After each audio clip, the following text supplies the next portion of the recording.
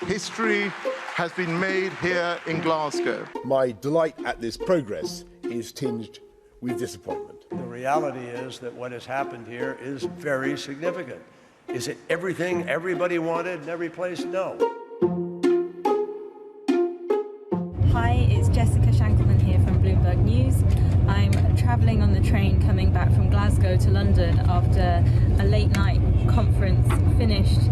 I'm just going to take you through a couple of the main takeaways from the talks last night. One of the biggest breakthroughs was there was a line agreed that countries would end the use of inefficient fossil fuel subsidies, and that's the first time that fossil fuels were mentioned in a climate deal.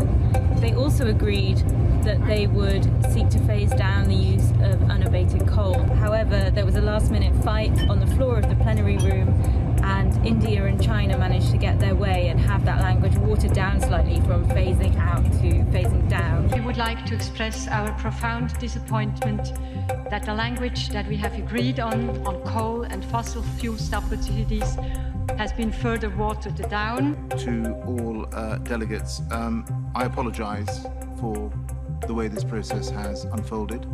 And I'm deeply sorry.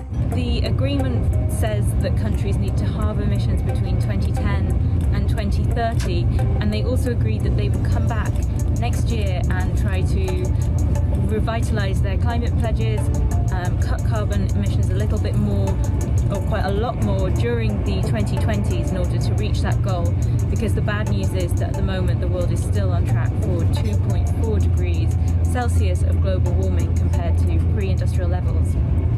There was also a breakthrough agreement on creating a globally regulated carbon market. This is something that countries have been trying to agree for the last 6 years.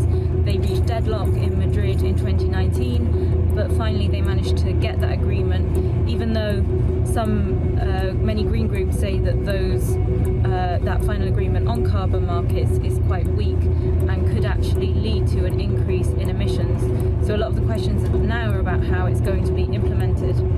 Also, some of the most vulnerable countries to climate change, like low-lying islands and African countries, didn't leave with the money they needed to be able to tackle climate change and shift to green energy sources. Come here with a single agenda, which is to help the poorest people on the planet who are already suffering from the impacts of human-induced climate change.